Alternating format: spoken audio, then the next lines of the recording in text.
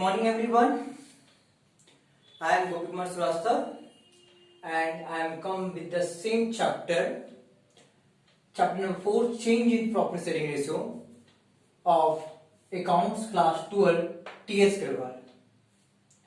And this is question number 19 related to the topic Bhavya and Sakshi.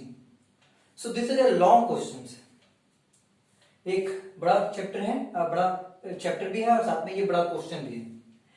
इस questions को हम लोग पहले पूरे अच्छे तरह से डिस्कस करेंगे ताकि आप लॉन्ग क्वेश्चन को समझ सकें, क्योंकि ये जो क्वेश्चंस हैं वो बेस्ड है प्रीवियस क्लासेस पे। अगर आपको प्रीवियस क्लासेस पे कोई कंफ्यूजन है तो आपको इस चैप्टर को, इस चैप्टर का ये टॉपिक है, ये जो क्वेश्चन नंबर 19 है, उसे भी समझने में दिक्कत होगा। तो आप इससे पहले वाले वीडियो को भी जरूर देखें और इसे भी जरूर ध्यान दें। अगर यहाँ पे कुछ समझ में नहीं आ रहा है इस वीडियो में तो उसका मेन कारण होगा कि आपने प्रीवियस वीडियो को ध्यान से देखा नहीं है। तो आपको इस वीडियो को तभी ध्यान से समझना है जब आप पहला वाला वीडियो को देख लेंगे। यहाँ पे जो क्वेश्चन 19 को है हम लोग डिस्कस करेंगे अच्छे से और उसके बाद इसको सॉल्व करेंगे कि इसमें करना क्या है, क्या नहीं करना है। आप देख सकते हैं क्वेश्चन 19 में लिखा है भाविया और साक्षी के बारे में कि भाविया और साक्षी पार्टनर है in a firm. Sharing profit ratio जो है 3 और 2 है, मतलब कि भाविया और साक्षी जो है प्रॉफिट शेयरिंग रेशियो को 3 और 2 में बांटता है। जब भी स्टार्टिंग में जो रेशियो देता है वो हमेशा ऑल रेशियो होता है। साथ में ये बता भी दिया गया है कि ये आपका कब का बैलेंस शीट है, मतलब यहाँ पे एक बैलेंस शीट दिया गया है 31 मार्च 2018 का बैलेंस शीट दे दिया गया है। क्या क्या बैलेंस शीट में है वो भी हम लोग डिस्कस कर लेते हैं। पहले अच्छे तरीके से सभी क्वेश्चन के जितने भी चीजें हैं उनको हम लोग समझेंगे, then we will solve the questions. Liability side देखेंगे, एसेट साइड में देखेंगे तो एसेट साइड में फर्नीचर है, लैंड बिल्डिंग है, इन्वेस्टमेंट है, ट्रेड रिसीवेबल है और कैश इन हैंड है। ट्रेड रिसीवेबल का मतलब होता है डेप्टर और बीआर को अगर जोड़ देंगे, बीआर मतलब क्या, बिल को अगर जोड़ देंगे तो आपका ट्रेड रिसीवेबल निकल जाएगा। कैश इन हैंड मतलब हाथ में पैसा होता है। यहाँ पे लैंड बिल्डिंग है, शॉर्ट में मैंने एल और बी लिखा है। यहाँ पे ध्यान देंगे तो यहाँ पे शॉर्ट में मैंने सिंडिकेटर लिखा है, फिर यहाँ पे आपका जनरल रिजर्व लिखे हैं, इन्वेस्टमेंट लिखे हैं, इन्वेस्टमेंट फ्लक्चुएटिंग रिजर्व लिखे हैं। फिर दोनों पार्टनर का कैपिटल है, यहाँ पे भाविया का भी है, साक्षी का भी है, दोनों मिला के 90,000 है। तो ये बैलेंस शीट का इंफॉर्मेशन दिया हुआ है। आगे हम लोग देखते हैं कि और क्या इंफॉर्मेशन दिया है। Partners have decided to change their profit sharing ratio. Partner चाहता है कि अपना प्रॉफिट शेयरिंग रेशियो बदल दे, मतलब जो पहले प्रॉफिट शेयरिंग रेशियो था अब बदल देगा। पहले था 3 और 2, अब है 1:1 with the immediate effect for this purpose they decided that, मतलब तुरंत बदलाव किया गया है। नया साल आने पे, मान लीजिए बैलेंस शीट 31 मार्च 2018 का दिया है, या नया साल आने पे ही पार्टनर क्या किया, अपने रेशियो को बदल दिया है। हम सभी जानते हैं कि जब भी रेशियो बदलता है, जैसे पुराना रेशियो जो था, नया रेशियो जो था, ठीक है, उसमें हमेशा गुडविल में अफेक्ट पड़ता है। तो हमारा गुडविल क्या है नहीं है उसे भी हम लोग देखते हैं। जैसे अगर ध्यान देंगे तो कुछ पार्टनर कुछ डिसाइड किया, जैसे कि इन्वेस्टमेंट का जो वैल्यू है वो 20,000 रुपया हो गया है, ठीक है, ये हम डिस्कस करेंगे। जैसे कि यहाँ पे देख सकते हैं आप, यहाँ पे इन्वेस्टमेंट का वैल्यू कितना है। जैसे मैं यहाँ पे इसको मिटा देता हूँ तो आप यहाँ देख पाएंगे कि यहाँ पे इन्वेस्टमेंट का जो वैल्यू है 30,000 है और यहाँ पे इन्वेस्टमेंट वैल्यू आपका 20,000 रुपया है। मतलब पहले 30,000 था, फिर वैल्यू 20,000 रुपया हो गया, मतलब 10,000 का वैल्यू क्या हो गया, घट गया। बिल्कुल 10,000 वैल्यू क्या हो जाएगा, घट जाएगा। तो यहाँ पे पार्टनर डिसाइड किया, मतलब कि जब भी प्रॉफिट शेयरिंग रेशियो चेंज होता है तो हमें ये भी पता करना पड़ता है कि प्रॉफिट के साथ क्या क्या और बदलाव आया, एसेट में, लायबिलिटी में, गुडविल में, जनरल रिजर्व में, ये रिजर्व में, वो रिजर्व में, हर तरह की चीजों में भी हम लोग पता करते हैं कि क्या क्या बदलाव आया है। अगला टॉपिक देखेंगे तो गुडविल ऑफ द फर्म दिया है, जो कि वैल्यू दे दिया है 24,000, मतलब ये सीधे गुडविल ऑफ द फर्म दे दिया है। फर्म दिया है मतलब दोनों का गुडविल है, भाविया और साक्षी का गुडविल इसी में होगा, करेक्ट। जनरल रिजर्व के बारे में भी यहाँ चर्चा किया गया है, not to be distributed among the partner. यहाँ पे मैंने पिछले क्लास बताया था कि जब किसी चीज को हम लोग डिस्ट्रीब्यूट नहीं करते हैं तो हम लोग change in profit sharing ratio निकालते हैं, मतलब सेक्रीफाइस और गेन निकालते हैं। जब भी बोल देंगे कि नहीं बांटना है, बांटने बोलेगा तो पार्टनर्स कैपिटल अकाउंट बना देंगे, एक जनरल एंट्री मार देंगे, और नहीं बांटने बोलेगा तो हमें एक सेक्रीफाइस और गेन निकालना पड़ता है, जो कि मैंने इससे पहले वाले वीडियो में डिस्कस हम लोग किए थे। तो देख सकते हैं जनरल रिजर्व भी यहाँ पे दिया हुआ है, जिसको हम लोग जीआर कहते हैं शॉर्ट में। जनरल रिजर्व को आप शॉर्ट में जीआर कह सकते हैं, जी और आर, करेक्ट, कोई दिक्कत नहीं है। यहां तक इंफॉर्मेशन क्लियर है। You are required to pass necessary general entry in the book of firm, मतलब आपको जर्नल एंट्री बनाना है कि क्या क्या बदलाव आया है, जनरल रिजर्व के साथ क्या करेंगे, गुडविल के साथ क्या करेंगे, या जो इन्वेस्टमेंट का वैल्यू बदला है उसके साथ क्या करेंगे। ये बहुत ही इंपॉर्टेंट क्वेश्चन है, क्योंकि अगर ये क्वेश्चन आप देखते हैं या समझते हैं तभी आप आने वाले क्वेश्चन को भी बना सकते हैं। You are required to prepare pass necessary journal entry, आपको जर्नल एंट्री बनाना है और सो वर्किंग, मतलब कुछ वर्किंग नोट भी दिखाना होगा। तो ये तो हमारा क्वेश्चन है, और क्वेश्चन में बेसिकली हमने डिस्कस कर लिया कि क्या क्या एलिमेंट है। तो एक करके जर्नल एंट्री बनाएंगे, देखते हैं समझते हैं कैसे क्या करना है नहीं करना है। सबसे पहले जो जर्नल एंट्री होगा, ठीक है, तो उसको हम लोग डिस्कस करते हैं। जैसे इसको बनाने से पहले आप सबसे पहले यहाँ पे जर्नल एंट्री लिख लें, और जर्नल एंट्री का हम लोग सभी फॉर्मेट जानते हैं कि जर्नल एंट्री का फॉर्मेट क्या होता है। तो जर्नल एंट्री का मैं फॉर्मेट भी तैयार कर देता हूं ताकि कहीं कोई दिक्कत ना हो।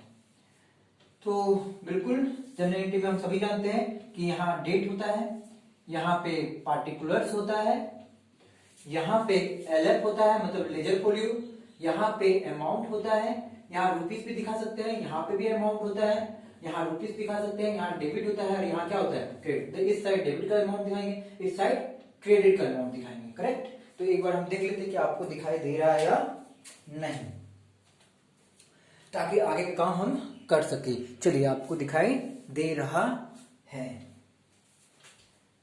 यहां पे आगे बढ़ते हैं।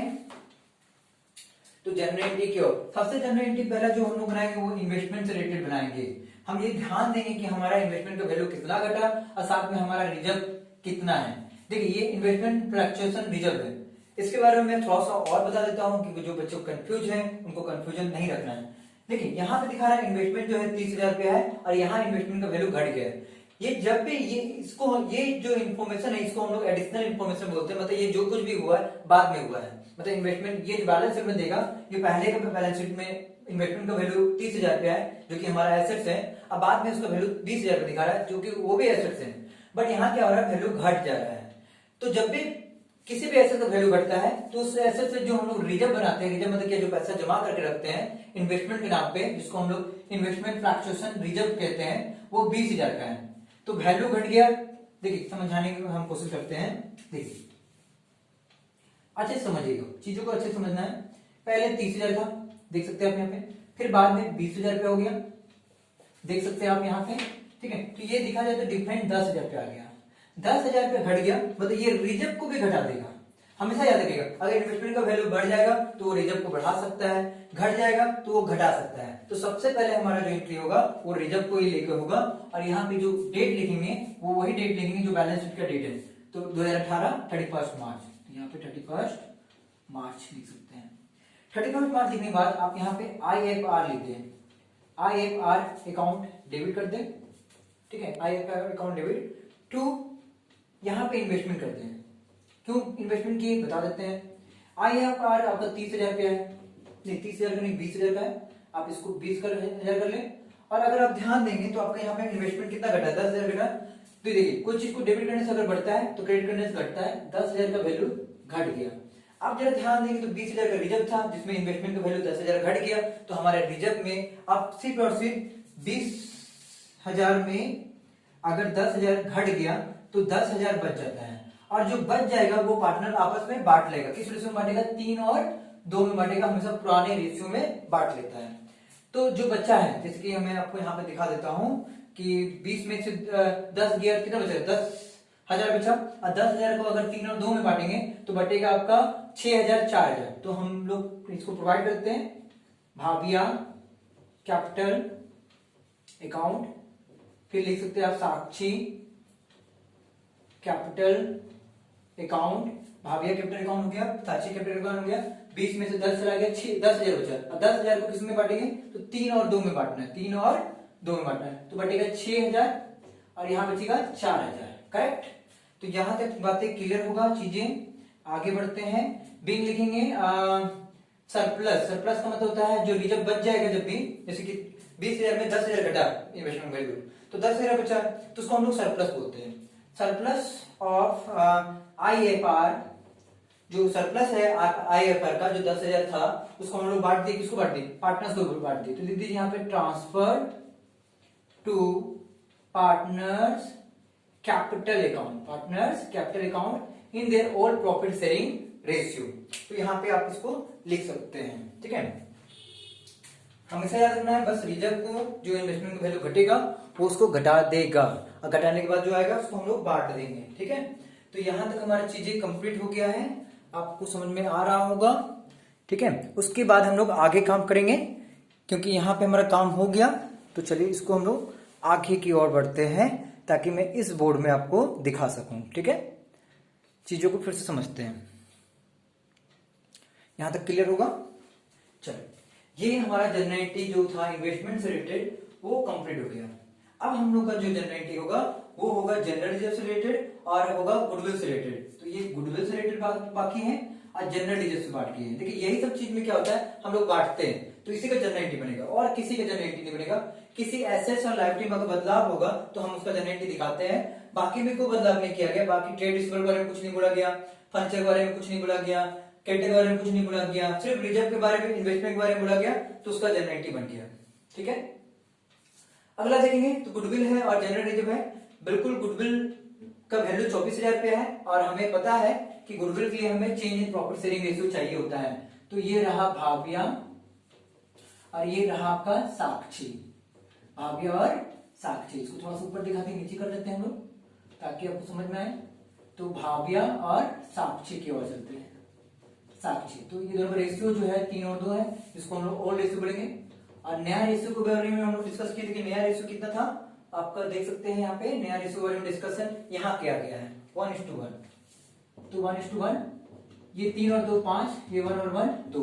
हमेशा याद रखिएगा इन्वेस्टमेंट का ट्रीटमेंट हम लोग इस प्रकार से करते हैं और गुडविल के लिए हम लोग हमेशा सेक्रीफाइस और गेन निकालते हैं। तो चलिए देखते हैं कि भाविया ने सेक्रीफाइस किया या गेन किया।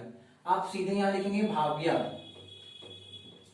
भाविया शेयर, भाविया का शेयर लिखिए। और भाविया का शेयर अगर पुराना देखेंगे तो 3/5 है और नया देखेंगे तो 1/2 है। तो ये दोनों का एलसीएम लेंगे तो 10 आ जाएगा, 2 बार में मतलब 6 हो गया, 5 मतलब ये 1/10। अगर ये पॉजिटिव आएगा तो हम सभी जानते हैं कि ये सेक्रीफाइस होता है, मतलब इसने सेक्रीफाइस किया है। साथ में अगर अगला देखें तो साक्षी की ओर, साक्षी शेयर, तो साक्षी का जो शेयर है वो 2/5 है माइनस 1/2 है, 2/5 1/2 ओल्ड रेशियो न्यू रेशियो। तो ये 10 हो गया, ये आगे आपका 2 बार में मतलब 4, ये आपका आगे 5, मतलब देखिए ये नेगेटिव मार रहा है, तो ये आपका नेगेटिव जो आएगा वो गेन करेगा। हमेशा याद रखिएगा जो इसका शेयर में पॉजिटिव आएगा वो सेक्रीफाइस करेगा, जिसका शेयर नेगेटिव आएगा वो गेन करता है, ठीक है। तो यहां तक हमें पता चल गया कि कौन गेन कर रहा है कौन सेक्रीफाइस कर रहा है, और हमें गुडविल ऑफ द फर्म भी पता है। जनरल रिजर्व का काम हम लोग बाद में करेंगे, पहले गुडविल का काम हम लोग कर लेते हैं। अब गुडविल ऑफ द फर्म जरा ध्यान देंगे तो गुडविल ऑफ द फर्म जो है वो 24,000 है। अब ये 24,000 का मतलब ये हुआ कि 24,000 में 1/10 भाविया सेक्रीफाइस कर जाती है और 24,000 में ही साक्षी 1/10 गेन कर जाती है। तो सिंपल से बात, सबसे पहले हम लोग ये निकालेंगे कि 24,000 का 1/10 कितना होता है। तो ये काटोगे 2400 आएगा, मतलब यहाँ पे हुआ 2400 से ये सेक्रीफाइस कर गई और 2400 ये गेन कर गया। मतलब हुआ क्या कि जब भी हम लोग प्रॉफिट शेयरिंग रेशियो निकालते हैं और जो सेक्रीफाइस करता है, इसका मतलब ये हुआ कि जब प्रॉफिट बदल रहा था तो गुडविल का कुछ हिस्सा यहां से यहां चला गया, मतलब इसने सेक्रीफाइस किया, ये गेन कर गया। आप जानते हैं जब भी प्रॉफिट बदलेगा किसी को फायदा होने वाला है, किसी को नुकसान होने वाला है। उसी तरह रेपुटेशन भी धीरे धीरे ट्रांसफर हो जाता है। जिस तरह से प्रॉफिट चेंज होता है तो प्रॉफिट ट्रांसफर होता है, उसी तरह रेपुटेशन में भी असर पड़ता है। तो असर वही पड़ेगा जो उसका रेशियो रहेगा, 1/10 है तो 1/10 के हिसाब से ही वहां पे भी चेंज हो जाएगा। तो 24,000 का हमें पता है कि 2400 आ गया। अब यहाँ पे सिंपली करना है क्या है, 1/10 निकालने के बाद देखिए 1/10 यहाँ पे 1/10 यहाँ पे करने के बाद आपको क्या करना है, आपको यहाँ ध्यान देना है कि जो गेन किया उसका नाम को डेबिट कर दीजिए, ताकि आप एक एडजस्टमेंट एंट्री मारे और इसका जनरल एंट्री हो जाए।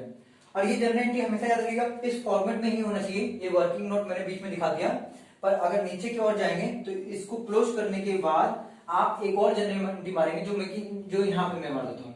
देखिए साक्षी को डेबिट करना है, साक्षी कैपिटल अकाउंट को डेबिट कर दीजिए, जो गेन करेगा डेबिट करना है और जो सेक्रीफाइस करेगा उसको हम लोग क्रेडिट कर देंगे। तो भाविया कैपिटल अकाउंट, मतलब यहाँ पे क्या होगा, साक्षी के अकाउंट घटाएंगे, इसका अकाउंट बढ़ाएंगे। जिसका अकाउंट को डेबिट कर दिया उसका अकाउंट बढ़ जाएगा, जिसका अकाउंट को क्रेडिट कर दिया उसका अकाउंट बढ़ जाएगा। जिसको जो सेक्रीफाइस करता है उसका अकाउंट बढ़ाना पड़ता है, बढ़ाना है तो क्रेडिट कीजिए, जो गेन करेगा उसका अकाउंट को डेबिट करते हैं, मतलब घटाते हैं, ठीक है। तो 1/3 से 2400 इसका भी आ जाएगा, 2400 इसका भी आएगा। बिन लिखेंगे एडजस्टमेंट ऑफ गुडविल, गुडविल का एडजस्टमेंट कर रहे हैं ड्यू टू, क्यों कर रहे हैं, change in profit sharing ratio, profit का बदलने की वजह से हम लोग को करना पड़ गया, प्रॉफिट शेयरिंग रेशियो की वजह से, करेक्ट। तो यहाँ पे भी ये बातें क्लियर है ना, यहाँ पे भी ये बातें क्लियर है। अब हमारा एक बातें क्लियर नहीं है, जनरल रिजर्व, तो यहाँ पे लिख दिया not to be distributed between the partner. देखिए अगर कुछ बोलता नहीं तो हम जनरल रिजर्व को तुरंत बांट देते हैं पार्टनर को, जैसे यहाँ पे बांटे थे कि जो इन्वेस्टमेंट का जो पैसा बचा था 10,000 उसको हम लोग और रेशो में बांट दिए 6,000 4,000। उसी तरह से यहाँ पे भी जनरल रिजर्व जितना भी होता मेरा, जैसे कि यहाँ देख सकते हैं आप 23,400 है, अगर कुछ नहीं बोलता तो हम इसको आराम से बांट सकते थे, पर अगर बोल दिया है तो हम लोग को क्या करना पड़ेगा, इसी तरह से सेक्रीफाइस और गेन निकालना पड़ेगा। और हम लोग सेक्रीफाइस और गेन निकाल चुके हैं, तो हम एक और एंट्री मारेंगे जिसकी वजह से ये कंप्लीट हो जाएगा, ठीक ना। पहले आप इसका स्क्रीनशॉट ले लें, उसके बाद हम लोग आगे डिस्कस करते हैं, ठीक है। इन्वेस्टमेंट का काम कर लिए, गुडविल का काम कर लिए, अब हम लोग काम करेंगे जनरल रिजर्व का। तो जनरल रिजर्व में भी जब बोलेगा डिस्ट्रीब्यूट नहीं करना है, तो जब भी डिस्ट्रीब्यूट नहीं करना पड़ेगा मतलब हम लोग को एडजस्टमेंट करना है, और एडजस्टमेंट करते समय हमेशा याद रखना है जैसा गुडविल को किए वैसे ही जनरल रिजर्व का भी होगा, कोई भी अंतर नहीं होने वाला है। बस आपको इतना याद रखना है कि जो भी सेक्रीफाइस करेगा उसका नाम को क्रेडिट करना है, जो भी गेन करेगा उसका नाम को डेबिट करना है। डेबिट करने का मतलब हो गया कि इसका अकाउंट घटेगा, इसका अकाउंट बढ़ जाएगा, ठीक है। तो चलिए हमें पता है कौन सेक्रीफाइस किया, कौन गेन किया है, कितना से किया है, इसको हम मिटा देते हैं, ठीक है, इसको रहने देते हैं, इसके बाद एंट्री यहां दिखा देते हैं। अब देखिए यहाँ जनरल रिजर्व 23,400 है, 23,400 में 10 निकालेंगे, 1/3 निकालेंगे तो आपको 2324 आएगा, 2324 आएगा, करेक्ट। तो जनरल रिजर्व हमारा 2340 से क्या होगा, एडजस्ट होगा। चलिए हम लोग एडजस्ट करते हैं, इसको हम लोग मिटा देते हैं, आप इसको देख चुके होंगे। तो जनरल एंट्री का ऐसा है, मारना है एंट्री आपको, उसके भी एडजस्टमेंट मारना है, सेम एंट्री मार देना है, कुछ नहीं करना है, दोनों का सेम है। Sakshi capital account debit to Bhavya capital account, बस यहाँ पे 2340 लिख देना है, 2340। हमेशा याद रखिएगा जब भी डिस्ट्रीब्यूट करने नहीं बोलेगा तो हम लोग एडजस्ट करते हैं, क्या करते हैं, एडजस्ट। और गुडविल को बोले या नहीं बोले हम लोग एडजस्टमेंट नहीं करते, और एडजस्टमेंट का मतलब होता है सेक्रीफाइस और गेन निकालना। चलिए यहाँ पे हम लोग लिख देंगे, यहाँ पर हम लोग चेंज करना पड़ेगा वर्ड, लिखेंगे एडजस्टमेंट ऑफ जीआर। जीआर मतलब क्या होता है, जनरल रिजर्व। क्यों कर रहे हैं, ड्यू टू, वही कारण लिखेंगे, change in profit sharing ratio, profit sharing ratio की वजह से हम लोग इसका काम किए हैं, करेक्ट। तो यह हमारा 3 एंट्री बनेगा, एक ये और एक ये, और आप जानते हैं फॉर्मेट के अंदर में ही दिखाना है हमें, ठीक है। तो ये क्वेश्चन हमारा कंप्लीट होता है। बेसिकली यहाँ पे वर्किंग दिखाने बोला, वर्किंग हमारा सेक्रीफाइस और गेन से रिलेटेड है, और यहाँ पे जो जनरल एंट्री बनाने बोला तो इसके लिए ही बोला गया है। तो आप जब एग्जाम में बनाएंगे तो पहले इसका एंट्री मारे, फिर इसका एंट्री मारे, फिर इसका एंट्री मारे, एंट्री को थोड़ा इधर उधर कर सकते हैं, कोई दिक्कत नहीं है। आप चाहे तो इसको भी नीचे कर सकते हैं, कहीं यहाँ कंपल्सरी नहीं बोला कि पहला ये एंट्री मारो फिर ये एंट्री मारो, सारा एंट्री आप इधर उधर कर सकते हैं, कोई दिक्कत नहीं है। बस आपको पता होना चाहिए कि किन चीजों के साथ हमको एडजस्टमेंट करना है, किन चीजों के साथ हमको एडजस्टमेंट नहीं करना है। देखिए अगर एक बात और, अगर यहाँ बोलता है कि general not to be distributed, अगर बोलता है डिस्ट्रीब्यूट करना है, बोल देता अगर डिस्ट्रीब्यूट करना है तो बहुत सिंपली काम हो जाता, सिर्फ जनरल रिजर्व लिखते हैं और साक्षी कैपिटल अकाउंट और भाविया कैपिटल अकाउंट करके ओल्ड रेशियो में बांट देते हैं। डिस्ट्रीब्यूट करने में होता है बांट दो, और डिस्ट्रीब्यूट नहीं करने में होता है एडजस्टमेंट एंट्री मारो। हमेशा याद रखिएगा, बस इतना ही याद रखना है कि डिस्ट्रीब्यूट करने बोल दिया तो एंट्री मार के छोड़ दीजिए, और डिस्ट्रीब्यूट नहीं करने बोला है मतलब कि आपको एडजस्टमेंट एंट्री मारना पड़ेगा, ठीक है। तो ये क्वेश्चन हो गया हमारा कंप्लीट, आप इसका स्क्रीनशॉट ले सकते हैं।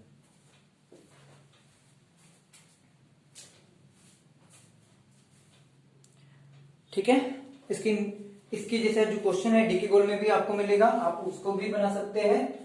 कहीं कोई दिक्कत हो तो आप कमेंट कर सकते हैं, बता सकते हैं कि हाँ आपको किस चीजों में, किस पॉइंट पे, किस लाइन पे समझ में बातें नहीं आया है, ठीक है।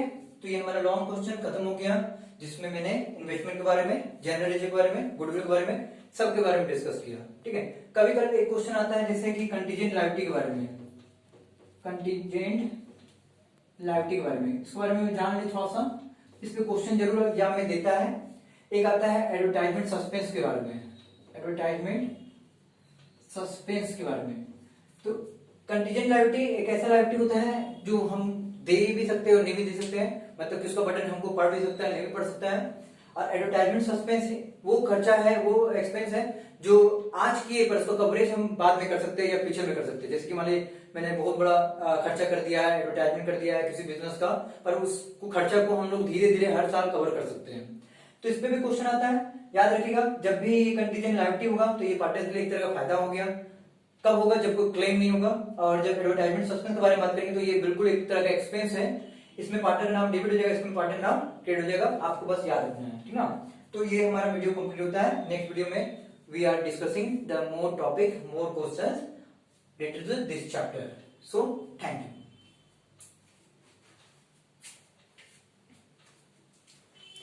इसके होमवर्क को जरूर करें और सभी चीजों को लिख लें।